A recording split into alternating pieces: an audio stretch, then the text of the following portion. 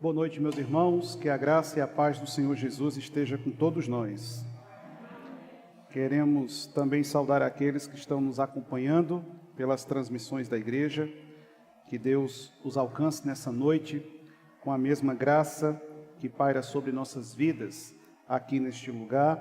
Desde já, parabenizar a todos os pais por esse dia dedicado a sua pessoa. Todos os dias devem ser dias de honrar nossos pais, mas hoje, de forma especial, agradecemos ao Senhor pela vida de vocês. Que Deus os abençoe com toda sorte de bênção em Cristo Jesus. Vamos abrir as Escrituras no livro de Hebreus, capítulo de número 3. Nós vamos fazer a leitura do verso 1 até o verso de número 19. Você que visita-nos pela primeira vez, nós estamos numa série de exposições no livro de Hebreus, e nos canais da igreja você encontra as ministrações anteriores, desde o primeiro capítulo até esse daqui. Hebreus capítulo 3, do verso 1 ao verso 9. Conforme você achar o texto, se você puder, eu lhe convido a se colocar em pé, em reverência à palavra de Deus.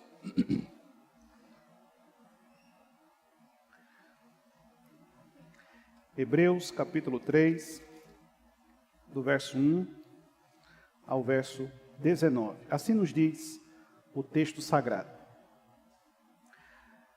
Por isso, santos irmãos, que participais da vocação celestial, considerai atentamente o apóstolo e sumo sacerdote da nossa confissão, Jesus, o qual é fiel àquele que o constituiu, como também o era Moisés em toda a casa de Deus. Jesus, todavia, tem sido considerado digno de tanto maior glória do que Moisés, quanto maior honra do que a casa tem aquele que a estabeleceu.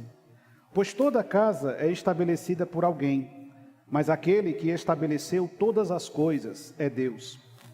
E Moisés era fiel em toda a casa de Deus, como servo para testemunho das coisas que haviam de ser anunciadas. Cristo, porém, como filho em sua casa, a qual casa somos nós, se guardarmos firme até o fim a ousadia, a exultação da esperança. Assim, pois, como diz o Espírito Santo, hoje, se ouvirdes a sua voz, não endureçais o vosso coração, como foi na provocação, no dia da tentação no deserto, onde vossos pais me tentaram, pondo-me à prova, e viram as minhas obras por 40 anos. Por isso me indignei contra essa geração e disse, estes sempre erram no coração, eles também não conheceram os meus caminhos. Assim jurei na minha ira, não entrarão no meu descanso. Tende cuidado, irmãos, jamais aconteça haver em qualquer de vós perverso coração de incredulidade, que vos afaste do Deus vivo. Pelo contrário, exortai-vos mutuamente cada dia, durante o tempo que se chama hoje, a fim de que nenhum de vós seja endurecido pelo engano do pecado. Porque nos temos tornado participantes de Cristo, se de fato guardamos firme até o fim a confiança que desde o princípio tivemos, enquanto se diz, hoje se ouvirdes a sua voz, não endureçais o vosso coração como foi na provocação. Ora, quais os que tendo ouvido se rebelaram? Não foram de fato todos os que saíram do Egito por intermédio de Moisés? E contra quem se indignou por 40 anos? Não foi contra os que pecaram, cujos cadáveres caíram no deserto? E contra quem jurou que não entrariam no seu descanso, senão contra os que foram desobedientes? Vemos, pois, que não puderam entrar por causa da incredulidade. Que o Senhor nos abençoe com a sua bendita palavra. Curve sua fronte, feche seus olhos. Vamos buscar a iluminação do Espírito Santo.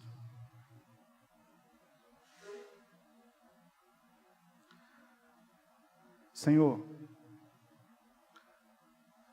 nós estamos aqui nessa noite com o nosso coração feliz. E nossas almas estão jubilando diante da Tua presença. pois ela é maravilhosa e graciosa. E nesse momento, depois de louvarmos o seu nome com alegria, de trazermos diante do Senhor nossa oferta de gratidão, nós temos diante de nós a sua palavra, e ela é a causa máxima de estarmos aqui reunidos. Ela é a razão que nos trouxe aqui nessa noite, pois nós queremos e precisamos ouvir a sua voz. E nós cremos que o Senhor fala através da sua palavra. Ela é fiel e verdadeira. E é por isso que nesse momento nós te suplicamos. Traz ao nosso coração refrigério. Traz edificação às nossas vidas. Senhor, confronte-nos, exorte-nos se for preciso, mas não permita que venhamos a sair deste lugar da mesma forma como nós chegamos até aqui. Fala conosco, Espírito Santo. Nós queremos ouvir a sua voz. Se aqui entre nós houver alguém, Senhor, que ainda não conhece Cristo como único e suficiente Salvador de sua vida, que hoje cadeias possam ser rompidas e vidas libertas do poder do pecado para a glória e o louvor do teu santo nome. Fala conosco, Espírito Santo. Nós queremos ouvir a tua voz. É isso que nós te pedimos, em nome de Jesus. Amém. Podeis sentar, meus irmãos.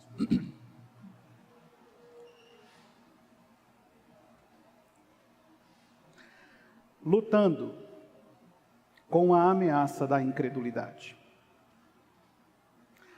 O segundo capítulo de Hebreus concluiu apresentando-nos Cristo em sua glória e majestade.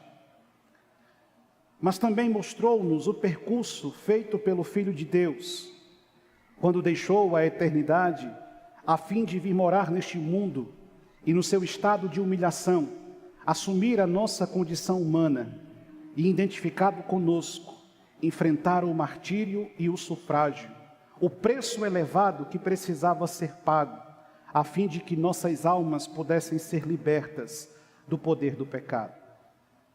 O segundo capítulo encerra mostrando o autor da nossa salvação, aquele que é responsável por estarmos aqui nesta noite e podermos abrir os nossos lábios e chamar Deus de nosso Pai.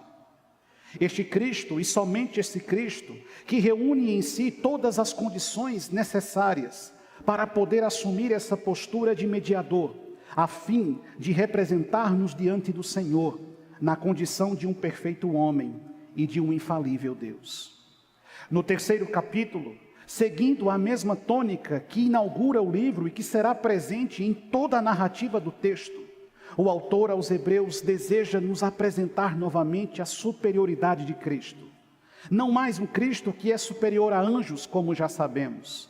Não apenas o Cristo que é superior às poças e terríveis criaturas celestiais, como nós já sabemos. Mas um Cristo que agora é superior à própria lei e a mais icônica figura diante de qualquer judeu, que era a pessoa de Moisés.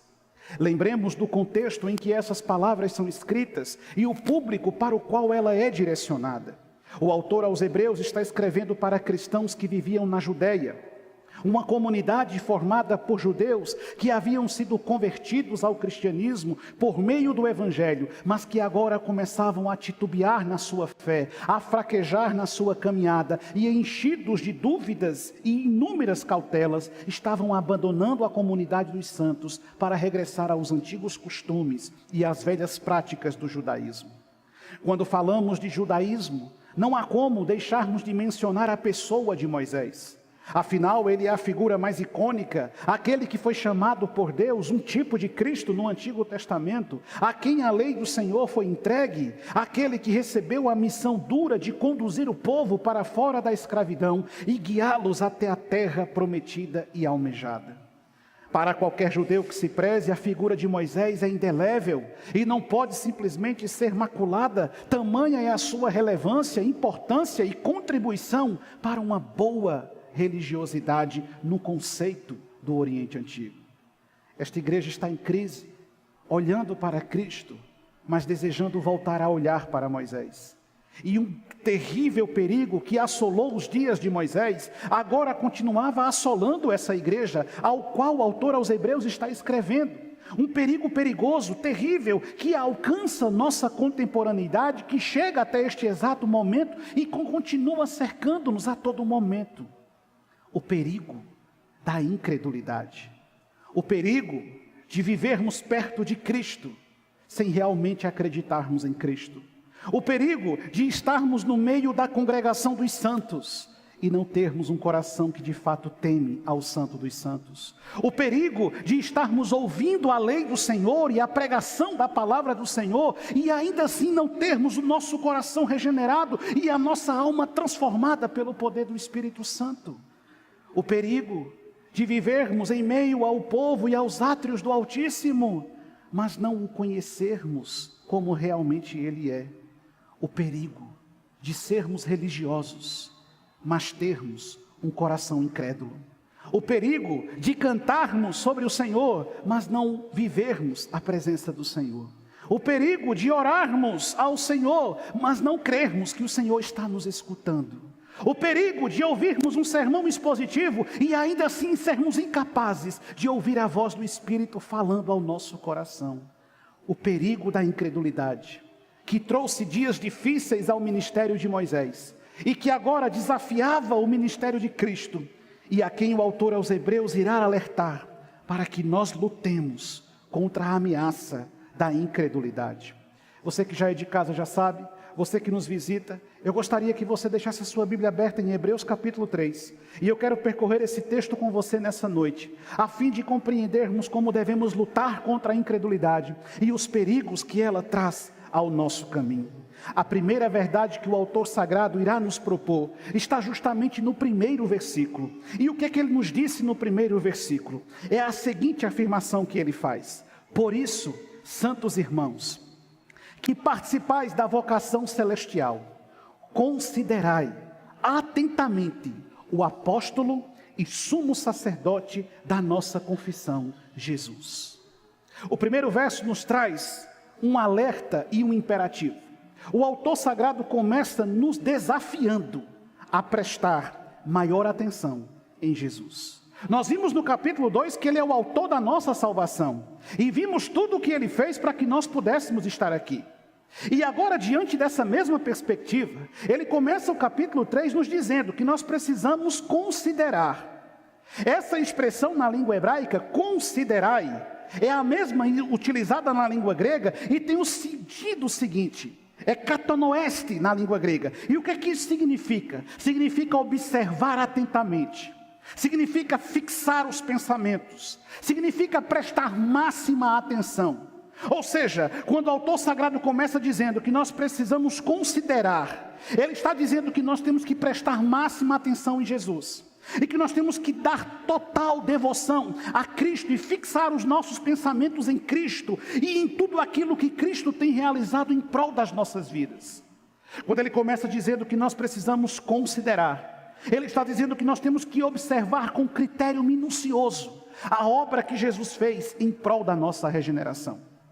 E perceba que aqui ele irá usar um termo a respeito de Cristo, que somente o autor aos Hebreus usa em todo o Novo Testamento. Ele se refere a Jesus como apóstolo, como aquele que é enviado, como aquele que veio com um propósito e traz consigo uma palavra, aquele que tem uma missão a ser cumprida. E ele agora apresenta-nos Cristo como nosso sumo sacerdote. E não somente aquele que traz uma palavra, aquele que é o nosso sumo sacerdote, ele mostra-nos Cristo como o objeto máximo da nossa confissão. Sim, Cristo é o conteúdo da nossa confissão.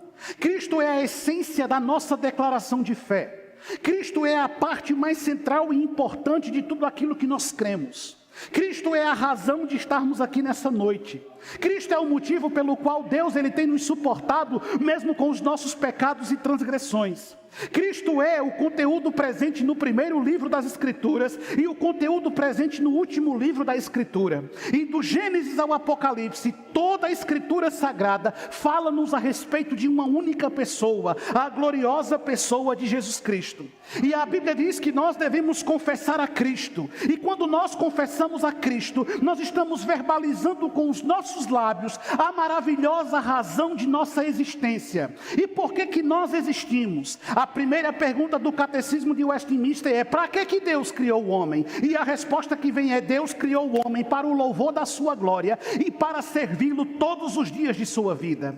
Qual é a razão de nós estarmos aqui nessa noite? A razão de estarmos aqui nessa noite não é a beleza dessa casa de oração. A razão de estarmos aqui nessa noite não é a oratória do pregador. A razão de estarmos aqui nessa noite não é a beleza da inologia que está sendo executada. Não é o sacramento do qual nós vamos participar. Não é as amizades que nós fizemos nessa comunidade. A razão de estarmos aqui nessa noite é porque nós viemos aqui publicar para o mundo inteiro ouvir que Cristo é o Senhor de nossa vida. Cristo é o conteúdo da nossa fé. E é por isso que ele começa dizendo: você precisa prestar mais atenção em Cristo. E por que você tem que prestar mais atenção em Cristo? Porque ele começa chamando você de irmão. E que tipo de irmão? Aqui existe um distintivo. Ele não está se dirigindo aos judeus que viviam no judaísmo. Ele está se dirigindo aos cristãos que viviam no judaísmo, mas foram alcançados pela graça de Cristo. Então ele diz: vocês que são participantes da vocação. Que vocação? A vocação celestial em Cristo.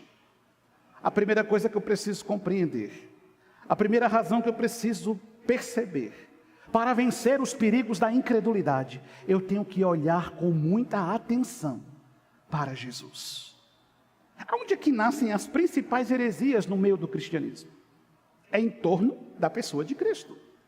Quais foram os motivos pelos grandes embates na história da igreja? Todos eles por causa de Cristo. Então ele começa nos dizendo que eu preciso considerar com maior atenção, eu tenho que prestar muita atenção ao que Cristo fez, ao que Cristo é, ao que Cristo me diz, ao que Cristo me pede, ao que Cristo representa para a minha vida. Preste maior atenção nisso, porque Cristo é a razão da sua fé. Mas não somente isso, veja o que ele nos diz nos versos 2 até o verso 5. O qual é fiel, ele está falando de Cristo. O qual é fiel àquele que o constituiu, Deus, como também o era Moisés em toda a casa de Deus. Jesus, todavia, tem sido considerado digno de tanto maior glória do que Moisés, quanto maior honra do que a casa tem aquele que a estabeleceu. Pois toda a casa é estabelecida por alguém, mas aquele que estabeleceu todas as coisas é Deus. E Moisés era fiel em toda a casa de Deus, como servo, para testemunho das coisas que haviam de ser anunciadas. Estes versos que nós acabamos de ler não encontram unanimidade entre os teólogos. E existem inúmeras discussões e divergências em torno do que realmente o autor aos Hebreus gostaria de dizer aqui nesses versos. Alguns vão compreender a casa de Deus como sendo o templo em Jerusalém. Outros, assim como eu, irão entender que a casa de Deus que ele menciona aqui é a congregação de Israel, é o povo de Israel. E agora ele coloca a figura de Moisés e ele diz: Moisés é digno de honra, porque Moisés serviu a congregação do Senhor. Moisés foi um instrumento do Senhor. Moisés foi uma figura central na revelação e no plano do Senhor. No entanto, se Moisés é digno de honra, maior dignidade tem aquele que construiu o povo para quem Moisés precisa servir. Se Moisés é digno de honra por ter servido a casa do Senhor, o edificador da casa merece muito mais louvor do que aquele que a serviu. Se Moisés é digno de honra por ter trazido a revelação do Senhor, quando o Senhor lhe entregou a lei lá no Monte Moriá, a Escritura então nos diz que nós precisamos ter maior atenção a Cristo, pois Cristo é o conteúdo presente de toda a revelação da lei. Cristo é maior do que Moisés, Cristo é superior do que Moisés, Cristo está acima de Moisés, porque aquele que estabeleceu todas as coisas é Deus. E aí a Escritura então nos lança uma pergunta: quem estabeleceu todas as coisas? Quem estabeleceu todas as coisas foi Deus, e Cristo é Deus, e ninguém se compara a Cristo, e ninguém é semelhante a Cristo, e ninguém pode se igualar a Cristo, porque antes de todas as coisas existirem, Cristo Cristo já existia, e todas as coisas que existem só existem por causa de Cristo, e todas as coisas que virão só virão por causa de Cristo. Se Moisés era digno de honra, maior honra tem aquele que estava acima de Moisés, Cristo. Entende?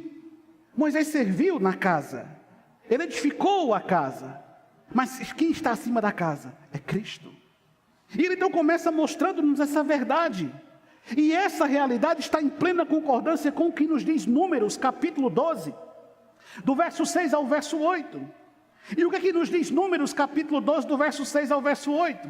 Então disse: ouvi agora as minhas palavras, se entre vós há profeta, eu, o Senhor, em visão a ele, me faço conhecer, ou falo com ele em sonhos. Não é assim com o meu servo Moisés, que é fiel em toda a minha casa. Boca a boca falo com ele, claramente e não por enigmas, pois ele vê a forma do Senhor. Como, pois, não temestes falar contra o meu servo, contra Moisés? Qual é o contexto desses versículos? Os dois irmãos de Moisés resolveram falar contra ele. Resolveram estabelecer uma cisania no meio do arraial. Miriam e Arão vão até Moisés contender com ele, inflar os corações contra ele. E então a ira do Senhor se acendeu e o próprio Senhor foi advogar a causa de Moisés. E aí o contexto é esse que nós acabamos de ler. E aí o Senhor vai falar o seguinte: olha, se existe profeta, eu falo com ele por meio de visões, com sonhos, mas com Moisés não é assim. Eu me encontro com Moisés todos os dias. E qual é o local que Moisés construiu para se encontrar com Deus antes do tabernáculo ser construído? Você se lembra? Ele fez uma tenda, e essa tenda recebeu o nome de tenda do encontro. E ali Moisés ia se encontrar com Deus. E quando a presença de Deus estava diante de Moisés, a Escritura diz que a glória do Senhor descia sobre a tenda. E todos então sabiam que Deus estava lidando, falando com Moisés. E o texto diz que Moisés falava com Deus boca a boca. Ele contemplava a presença de Deus, ele contemplava a graça de Deus. O Senhor não falava com Moisés por meio de enigmas, mas ele o revelava claramente o que ele queria. E é por isso que o Senhor vai dizer a Arão e a Miriam: vocês estão errados, porque vocês estão contendendo com Moisés. Mas eu escolhi Moisés, e nenhum outro profeta é semelhante a Moisés. Sim, Moisés tem uma postura de honra no meio da congregação. Mas o que está acontecendo? O que acontece para que o autor aos Hebreus ressuscite essa realidade e traga no terceiro capítulo? Moisés via Deus face a face. Moisés conversava boca a boca com Deus. Todo Israel sabia que o Senhor falava diretamente com Moisés. Mas qual era a postura de Israel em relação à condução de Moisés? Eles eram muito obedientes, não era? Pense num povo obediente. É por isso que a desobediência dos crentes vem de longe. Vem de longe. Eu já disse aqui, e é verdade, quando eu quero perder a paciência igual Moisés, eu me lembro da lasqueira que foi com ele. Aí eu me lembro que ele penou aquele tempo todinho. Quando chegou na hora de entrar na terra, o que aconteceu com Moisés? Ficou de fora. Então eu não estou afim de ficar de fora. Eu não vou bater na pedra, eu bato no seu juízo. Moisés bateu na rocha, eu meto a mão no pé do vidro, você se ajeita. Entende? Entende? Por que ele ressuscita essa realidade? Porque essas pessoas que estão dizendo amar Moisés e amar a lei de Moisés, faziam tudo, menos seguir o que Moisés dizia. Se levantaram contra o Senhor inúmeras vezes. Eu comecei dizendo que o capítulo 3 nos desafia a ter cuidado com a incredulidade. E é exatamente isso que Israel viveu em maior parte de toda a sua história. Eles dizem: Moisés era o nosso líder, Moisés nos trouxe a lei, Moisés é uma pessoa importante para nós. Eles estão arguindo com os cristãos. Aí o autor sagrado está dizendo: tudo bem, Moisés é digno de honra, Moisés serviu na casa do Senhor, não havia profeta como Moisés, só que vocês não obedeciam Moisés, só que vocês não seguiam os ensinamentos de Moisés, só que vocês se levantaram contra Moisés e contra Deus inúmeras vezes. E vocês viram a glória de Deus, e vocês viram o poder de Deus, e vocês contemplaram os grandes feitos de Deus, e ainda assim o coração de vocês se manteve incrédulo. E aqui está o grande perigo. Milagre não gera fé no coração de ninguém. Não gera. Demonstração sobrenatural não faz ninguém crer em Deus. Só há um milagre que transforma teu coração de pedra num coração de carne. É quando o Espírito Santo esmaga ele, destrói ele, reduz ele à poeira e o faz de novo sensível à voz do eterno Deus. Israel viu os maiores milagres do Antigo Testamento. Israel viu um rio se transformar em sangue. Israel viu moscas atenderem a ordem do Criador e trazer um enxame sobre o Egito. Israel viu as pragas, o fogo, a saraiva. Israel viu um monte de coisas terríveis que Deus fez com o faraó. Israel viu Deus abrir o mar vermelho e eles atravessarem a pé enxuto, mas eles chegaram do outro lado e continuavam incrédulos. Incrédulos. O perigo da incredulidade. E não é assim que a gente vai fomentando a nossa fé? Senhor, se o Senhor fizer este milagre, eu então irei crer no Senhor. Se o Senhor fizer essa obra, eu então irei seguir o Senhor. Vai não. Vai não. Você vai passar um tempo. Aí quando a beleza e o impacto daquele milagre passar, você volta para a sua incredulidade. Você volta para a sua desobediência. Você volta para o seu pecado. O que foi que Jesus disse lá em João capítulo 5, versos 46 e 47? Jesus disse: porque se de fato crescem em Moisés, também creriam em mim, porquanto ele escreveu a meu respeito. Se porém não credes nos seus escritos, como crereis nas minhas palavras? Vocês não creem no que Moisés escreveu. Porque tudo que Moisés escreveu, ele escreveu a respeito de mim. Tudo que Moisés disse, ele falou a respeito de mim, do Senhor, do Salvador. E vocês não creem em Moisés. A incredulidade sempre perseguiu o povo de Israel. A incredulidade sempre sondou o coração dos israelitas. E não confunda as coisas. Você pode ser religioso e ainda assim ser um incrédulo. Você pode ser uma pessoa muito religiosa e ainda assim não crer em Deus. Eles veem os milagres que o Senhor opera. Eles atravessam o Mar Vermelho. Eles acampam no pé do Monte Sinai. Não foi no Moriá, no Monte Sinai. E aí Moisés sobe para falar com Deus e receber as tábuas da lei. Demorou só um pouquinho. Demorou 40 dias. Mas o que é 40 dias para quem ficou 400 anos no Egito? Não é nada. 40 dias, Moisés demorou só um pouquinho. E aí começou a impaciência do povo. Porque raça impaciente é crente. Eu nunca vi. Tem paciência com nada. Pede a Deus, já quer que Deus responda na velocidade da luz. Aí Moisés demorou. E o povo começou a ficar inquieto. Aí chegaram para Arão. O mesmo Arão que foi contender com Moisés. Olha, Moisés está morto.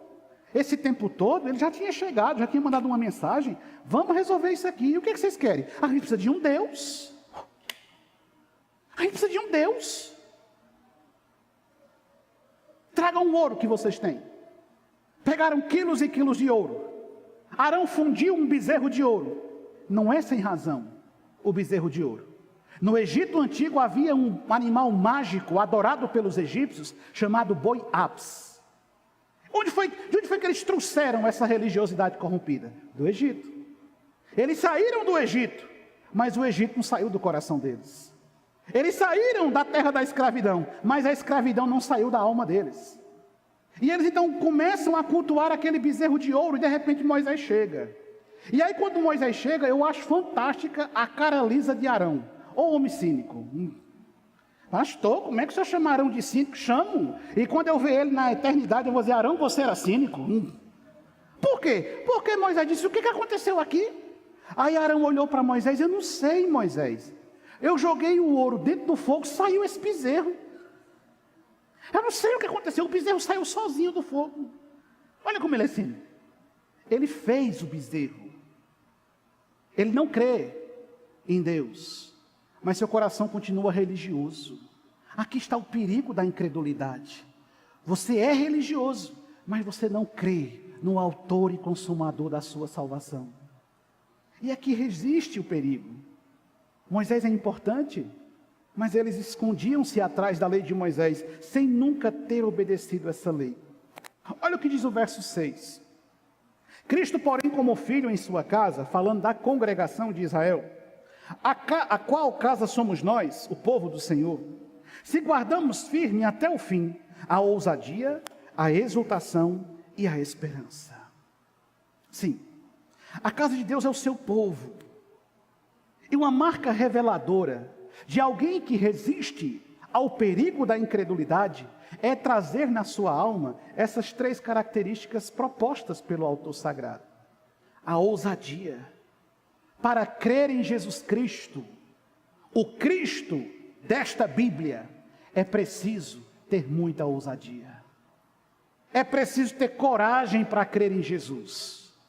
Não o Jesus que o mundo tem idealizado, o Jesus que o mundo tem construído. O Jesus do mundo, ele é muito agradável, mas o Jesus da Escritura não é muito assim não. O Jesus da Escritura começa dizendo: quem quer vir após mim, negue-se a si mesmo. E não é só negar a si mesmo, ainda tem um presente. Não é parar de sofrer, não. Tome sua cruz e siga-me. Tem que ter coragem para ser crente. Tem que ter ousadia para seguir Jesus. Tem que ter exultação. O que é exultação? Alegria. Tem que ter uma profunda alegria. E tem que ter esperança. Esperança fundamentada em Cristo. Se nós enfrentamos lutas, provações, nós perseveramos. Por quê? Porque nós somos ousados em Deus. Porque nós temos esperança em Cristo. E porque o nosso coração está alegre no Senhor. 1 Timóteo capítulo 3, o verso 15, Paulo vai dizer o seguinte: para que, se eu tardar, fique ciente de como se deve proceder na casa de Deus, que é a igreja do Deus vivo, coluna e baluarte da verdade. O que Paulo está dizendo? Exatamente o que o autor aos Hebreus está dizendo. Nós somos a casa do Senhor, e Cristo é o edificador dessa casa, e Cristo é aquele que constituiu essa casa. Então nós temos que perseverar, porque nós não começamos essa caminhada pelo nosso próprio esforço, nós começamos essa caminhada porque Cristo nos colocou aqui. Nós somos o povo de Deus, entende? Você não escolheu ser cristão. Você nunca escolheria ser cristão. Por quê? Porque sua natureza é má, perversa e caída. Não fostes vós que escolhestes a mim, mas eu escolhi a vós outros. Glória a Deus, Ele me escolheu. Louvado seja Deus, Ele escolheu você. Não fui eu que escolhi Ele, Ele que me escolheu, e por isso eu me alegro em sua presença. E por isso eu vibro na sua graça, e por isso eu louvo com entusiasmo diante da sua santa face, porque eu estou aqui, porque Ele me colocou aqui. E o meu coração tem que se alegrar com isso.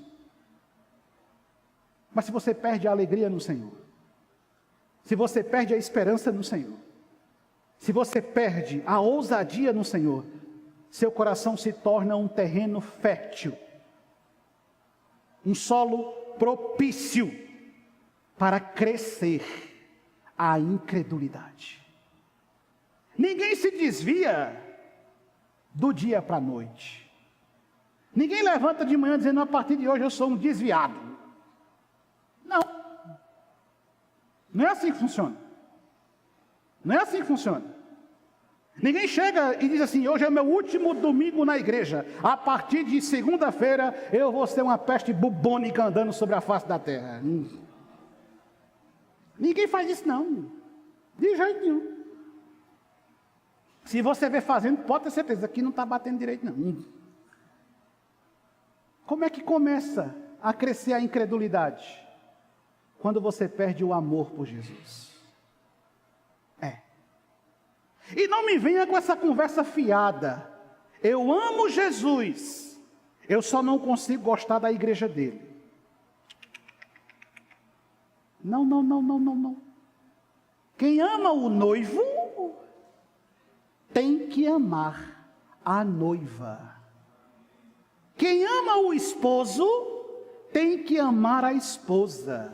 Se você ama Jesus, você tem que amar a sua igreja.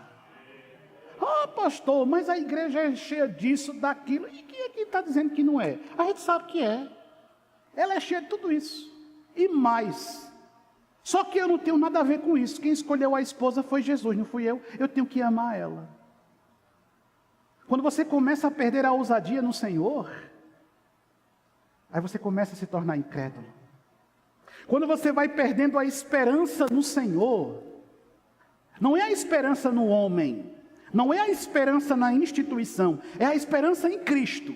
Quando você começa a perder a esperança em Cristo, você começa a se tornar um incrédulo. Quando você perde a alegria de ser crente. Como é bom ser crente, como é gostoso ser crente, como é maravilhoso ser crente, como é prazeroso abrir a boca e louvar o Deus dos céus. Como é bom estar na igreja de Jesus, se reunir com o povo de Jesus, levantar as mãos, dizer glória a Deus, aleluia, se exaltar na presença do Senhor. Como é maravilhoso vibrar de satisfação diante do Senhor. Mas quando você perde isso, você começou a virar incrédulo. Você começa a virar incrédulo.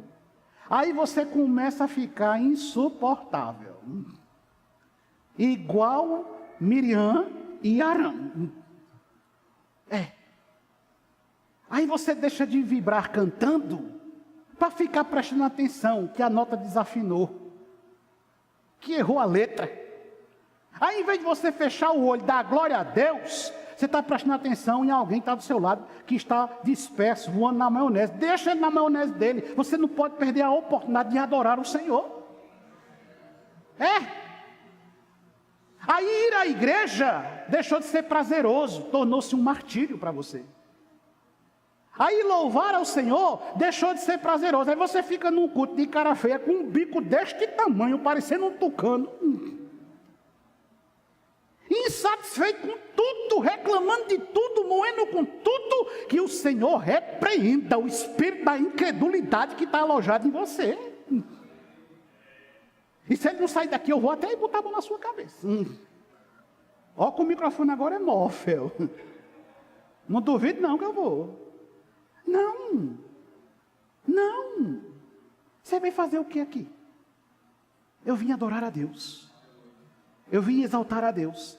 Eu vim bendizer a Deus. Eu não quero saber a roupa que você está vestindo. Eu não quero saber o que você está fazendo. Eu não quero saber se você está perdendo tempo. Eu estou aqui para adorar a Deus. Então, do começo ao fim, eu vou louvar com alegria. Eu vou exaltar ao Senhor. Eu vou bendizer o Senhor. Eu vou ler a palavra do Senhor. Eu vou me concentrar no Senhor. Eu quero ouvir o Senhor. E eu quero me deleitar o máximo que eu puder no Senhor.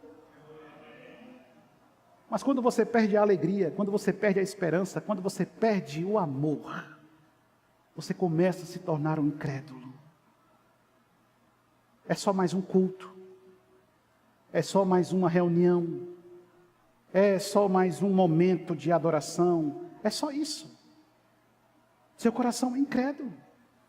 E você já não tem mais fome da presença de Deus. E você já não tem mais saudade do Senhor. E você não tem mais satisfação no Senhor. Servir ao Senhor para você se tornou um dever. Não é um dever. Nunca foi um dever. Se eles se calarem, até as pedras irão clamar. Se eles não fizerem, Deus levantará quem faça. Não é um dever, não é uma obrigação, é um privilégio. É um privilégio. Mas avançando, olha o que ele diz. Ele mostra-nos que o Senhor, Ele tem diante de si essa realidade. Olha o que diz o verso 7 a 11. Assim, pois, como diz o Espírito Santo. Quem é que está dizendo? O Espírito Santo. Hoje. É quando? Hoje. Se ouvir a sua voz, não endureçais o vosso coração, como foi na provocação. Que provocação? No dia da tentação no deserto, onde os vossos pais me tentaram, pondo-me à prova, e viram as minhas obras por 40 anos. Por isso me indignei contra essa geração e disse: estes sempre erram no coração, eles também não conheceram os meus caminhos. Assim jurei na minha ira, não entrarão no meu descanso. Aí o beijo pegou.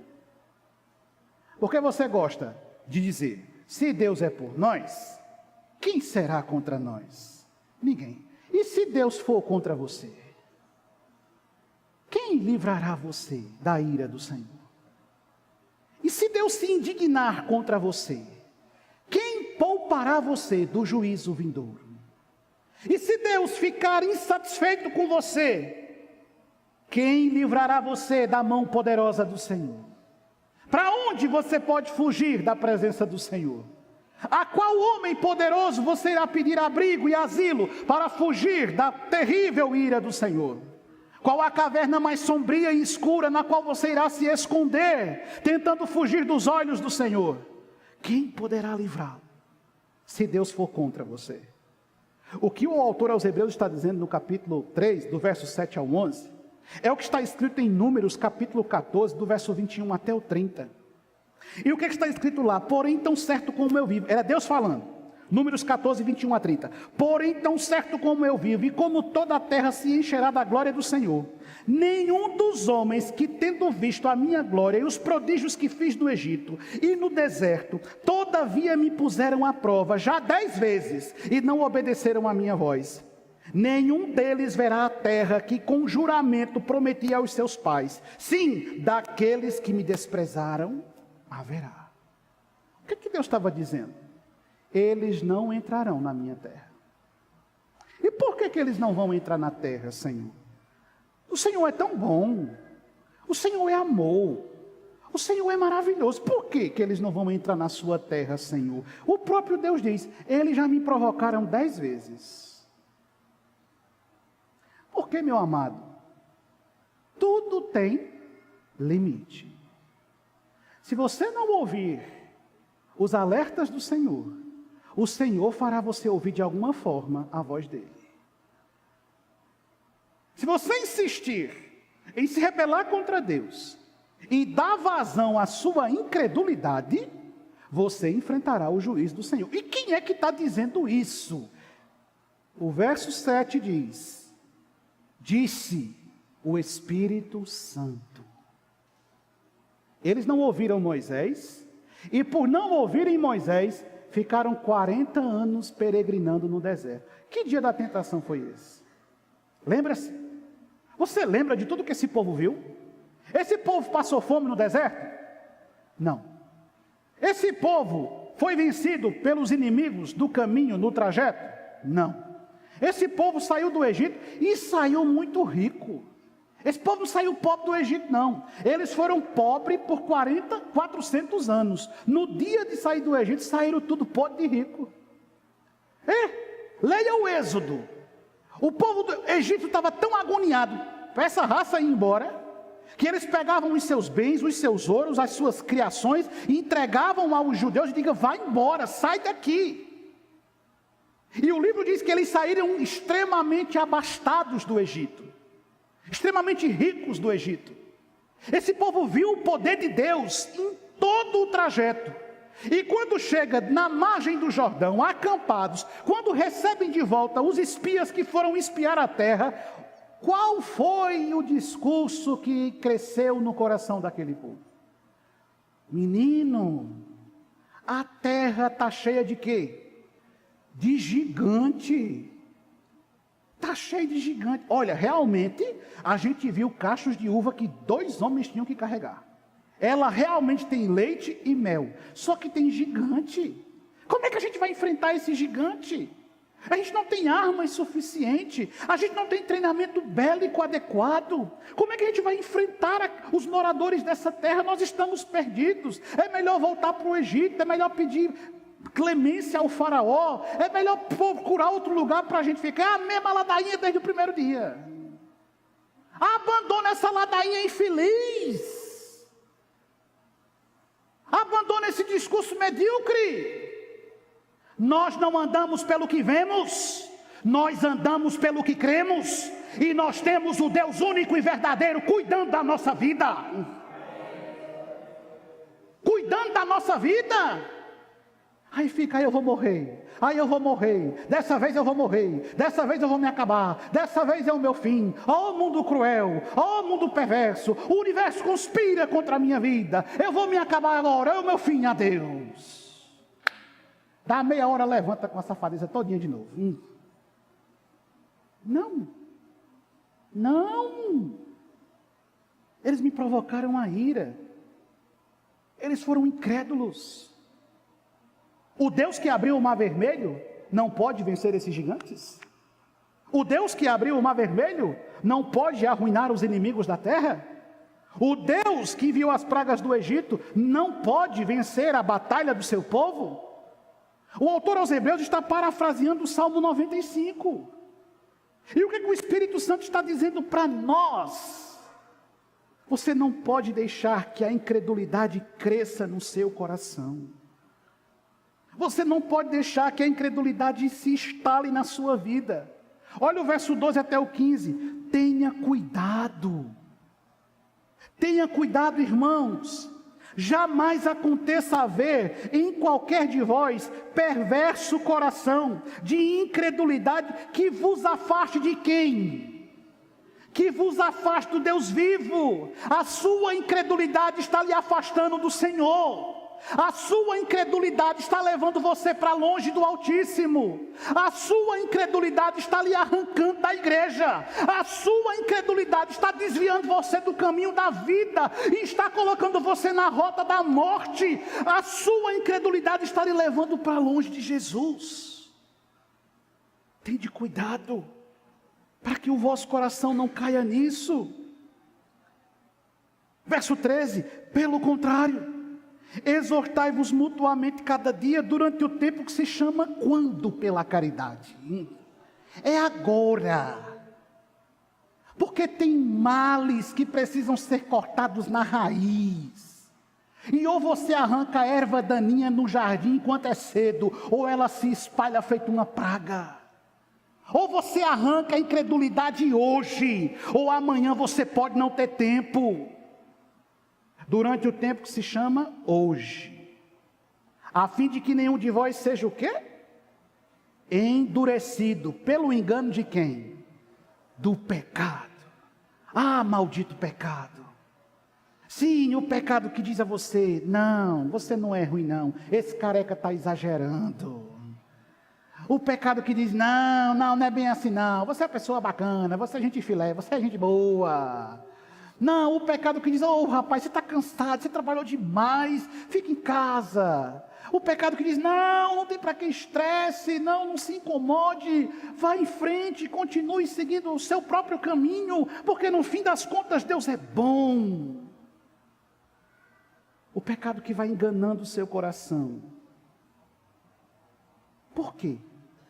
Olha o verso 14. Porque nós temos tornado participantes de quem? De Cristo. Se de fato guardamos firme até o fim a confiança que desde o princípio tivemos, enquanto se diz hoje, se ouvirdes a sua voz, não endureçais o vosso coração, como foi na provocação. O que foi que Israel colheu por duvidar do Senhor? Você consegue pensar? Você consegue imaginar? Essa geração que peregrina no deserto é a mesma geração que nasceu no Egito e ouviu as histórias que há 400 anos nós vivemos nessa escravidão. É a geração que viu os grandes feitos do Senhor. É a geração que chega bem pertinho da terra, que contempla a terra, que viu o que a terra produzia. A terra prometida, que o Senhor chama do seu lugar de descanso. E eles veem tudo aquilo. Mas a incredulidade deles foi tão grande, que eles viram, mas não provaram. Eles viram, mas não usufruíram. Eles viram, mas não sentiram o sabor do mel que brota da terra. E eles voltaram para penar 40 anos no deserto, até que o último deles tombasse e fosse sepultado na areia, com exceção de 2 que não se deixaram levar pela incredulidade: Josué e Caleb. Entende, irmão? Hoje, se você escutar a voz do Senhor, e o Senhor está falando com você aqui, Não deixe que a incredulidade cresça no seu coração. Não tem como viver a bênção do Senhor longe do Senhor. Não tem como experimentar o cuidado do Senhor se levantando contra o Senhor. E é por isso que o autor vai terminar os versos 16 até 19 dizendo: ora, quais os que tendo ouvido se rebelaram? Quem foi que se rebelou? Não foram de fato todos os que saíram do Egito por meio de Moisés? E contra quem se indignou por 40 anos? Não foi contra os que pecaram, cujos cadáveres caíram no deserto? E contra quem jurou o Senhor que jamais entrariam no seu descanso, senão contra os que foram desobedientes? Vemos, pois, que não puderam entrar por causa da sua incredulidade. Ficaram de fora, sofreram tanto, passaram por tantas coisas, viveram tantas coisas, provaram tantas demonstrações do amor do Altíssimo, mas ficaram de fora. E por que ficaram de fora? Por causa da dureza do coração deles. Terrível coisa é cair nas mãos do Deus vivo. A sua incredulidade destruirá você. A sua incredulidade arruinará o seu futuro. A sua incredulidade lhe levará à perdição. E é por isso que o Espírito Santo grita nesta noite: ao ouvir a minha voz, não endureça o seu coração. Você não pode lutar contra os aguilhões. Você não pode vencer o Senhor. O Senhor nunca perdeu uma batalha. E Ele não perderia contra você.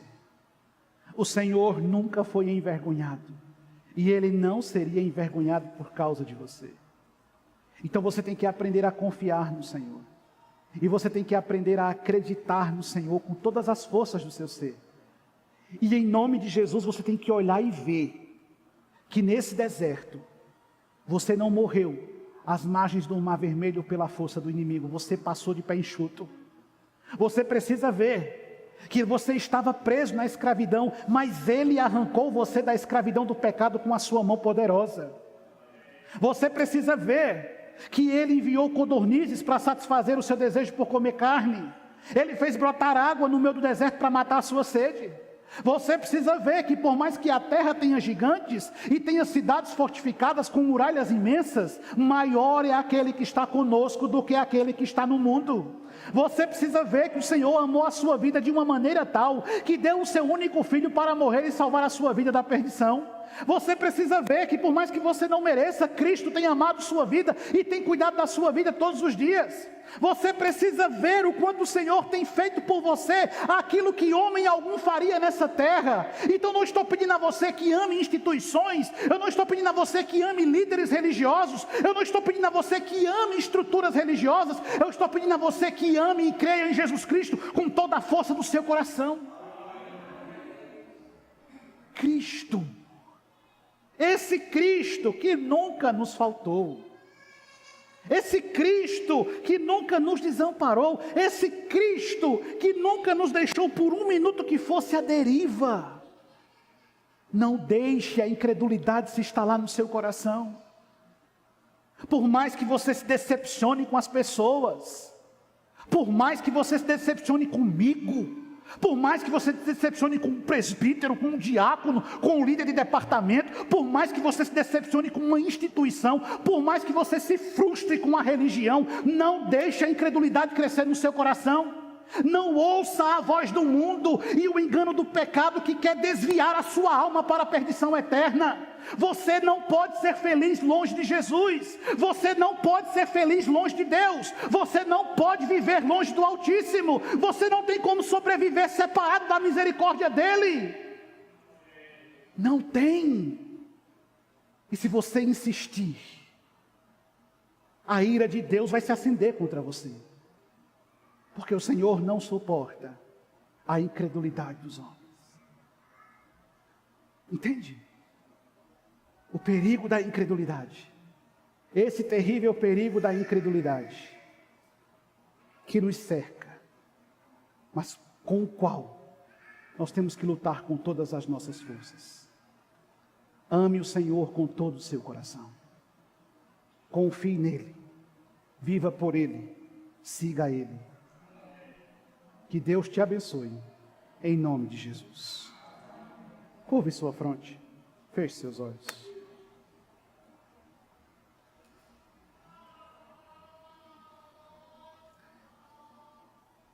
Querido Senhor, nós precisamos da sua graça, Pai. Nós precisamos da sua ajuda. Nós carecemos do seu amor. O nosso coração, ele é idêntico ao coração daquele povo. E as nossas disposições, elas são as mesmas. A incredulidade nos cerca a todo momento. E a soma de todas as coisas que nós vamos experimentando, Senhor, muitas vezes tem endurecido o nosso coração. Nós precisamos da sua ajuda, Senhor. Nós precisamos da sua misericórdia. Nós precisamos da sua graça. E nós pedimos ao Senhor, se compadeça de nossa vida. Querido Deus, venha ao nosso encontro nesse momento.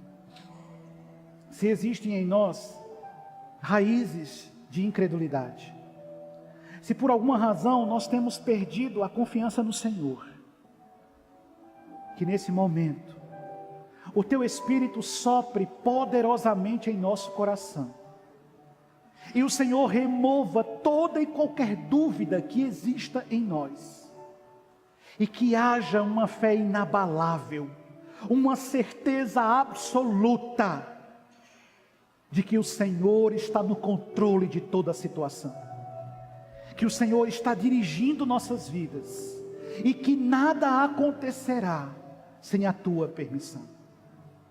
Nós vamos nos aproximar da Tua mesa, Senhor. Nós vamos comer do Teu pão, beber do Teu sangue. Não deixa que isso seja apenas um ritual religioso. Não deixa, Senhor, que a incredulidade nos faça pecar contra Ti, achando que é só um pedaço de pão, que é só um pouco de vinho, e que a nossa condição diante do Senhor não tem importância alguma. Se existe em nós algum caminho mau, perdoe-nos nesse momento. Perdoe nossa culpa, nossa transgressão, perdoe a nossa falta. Lava-nos no Teu precioso sangue, Senhor. É isso que nós te pedimos. Em nome de Jesus. Amém.